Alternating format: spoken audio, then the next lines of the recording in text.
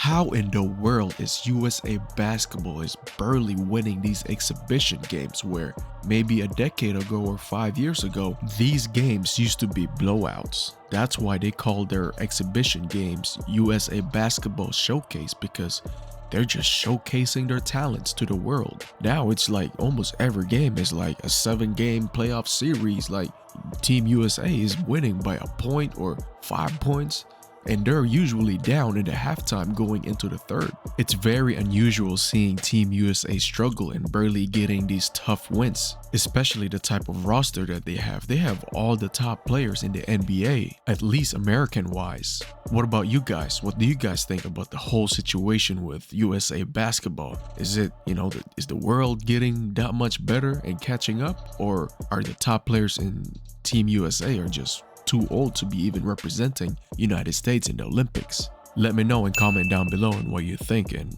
let's make this a conversation, because this is crazy. We never seen Team USA be struggling like this before. But in today's video, we will be talking about the past few exhibition games that Team USA had, and those past few games were very close and they barely won those games. And at the end of this video, we will also talk about the comment that Joel Embiid made about Team USA and the roster that they currently have right now. Those comments that Joel Embiid made makes you really think about, what's the future holds for USA basketball. Are they gonna be as dominant as they used to be? Or are those days behind them as a dominant nation basketball-wise? So stick around at the end of this video to see what Joel Embiid said about his current situation with Team USA. If you haven't done so, don't forget to like this video and subscribe to my channel and turn on the notification button, as I will be making videos for you guys every week.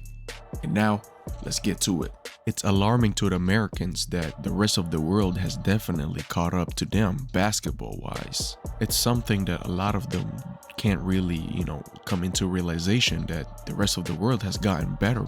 These exhibition games used to be big blowouts for Team USA, 20-point win, 30-point win, and now it's very challenging for them to even get these wins, winning by single digit, 10 points or, even less.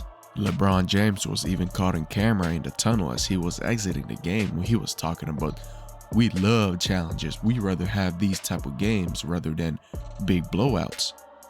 Dude, that was against a country that doesn't even have an indoor basketball in South Sudan. In a country like United States almost lost to them. They were even down as much as 16 to South Sudan, who doesn't have an indoor basketball.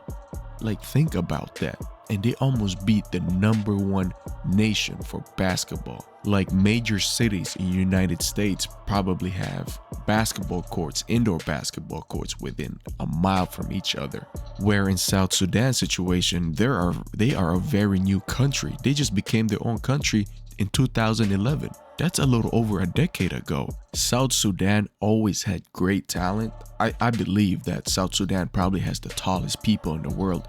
Yeah, you could look it up. Maybe they might say Netherlands, but South Sudan is a poor country. Like, they're not about to track all those useless stuff about we got, the height of people and all that. Some of them can't even track their own birth certificate. So there's actually a village in South Sudan where their average height in that village is 6'7". And majority of these players that they have coming out of South Sudan, they usually end up representing another countries, Australia, England, or some countries in Europe. It's a very similar situation with Joel Embiid and what he's doing. He's originally from Cameroon, but he's playing for Team USA. Another country that they almost lost to is Germany. And Germany won the World Cup last year in 2023 in the Philippines. In the game against Germany, United States was basically up the whole game until the fourth quarter, where Germany came back and ended up losing 92-88. What's surprising to me is that Team USA is so heavy with talent, but in these past few games, especially the close one, they had to rely on Lebron James so heavily, where the game against Germany, LeBron basically scored the last 11 points for them to win. From the looks of it, it seems like Team USA would just go back to NBA style of basketball when they are in trouble. I mean, I get it. They only played 4 or 5 games and they're very new with each other, you know, playing with the FIBA rules. FIBA way of style of playing, and even the ball is different from the NBA. So there's definitely a lot of things that they got to get used to in terms of international basketball. But I don't think they're going to get away with these situations in terms of going back to the NBA style of playing when they are in trouble, because there's going to be a game or two where they're going to get in trouble and then they try that stuff on a powerhouse European team. You know, they're going to get tested. And I know for a fact that there's going to be some European teams right now that are licking their chops and like, man, we can't wait to get our hands on Team USA, because, you know, it's these FIBA games is one and done. It's one game and you move on, or one game or you're out. FIBA basketball is not too far from March Madness. And we see that every year in March Madness where, you know, mid-major teams would beat, you know, like a big time school like a Duke or North Carolina, and next thing you know, you have Cinderella stories like every year that they have in March Madness. And that exact situation can also happen to United States when it comes to international level basketball. It's funny because Joel Embiid made a very interesting comment last week, and he mentioned, you know, you got all these big time names on paper like LeBron James, Stephen Curry, Kevin Durant, but if you really look at their age, they're well past their prime. That same comment can also backfire on Team USA, because is this the best squad that you have right now and you're barely winning these games that you used to be, you know, beating these teams by 20-30 point games? As a fan of basketball, that really makes you think like, dang, like this is really the best team that USA got. Because last year in 2023 in the World Cup, they sent some young bulls up in there and they got smacked. They didn't even finish like medal.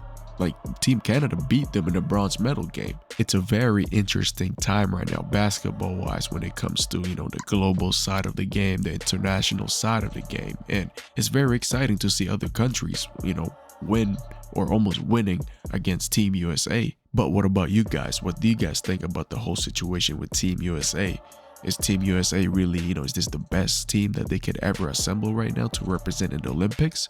Or is the whole world just really caught up? Let me know and comment down below and share your opinion, and let's make this a conversation, because this is very interesting nowadays, where it's not just steamrolling for Team USA when it comes to the international level. And if you haven't done so, don't forget to like this video and subscribe to my channel, and we will see you on the next video.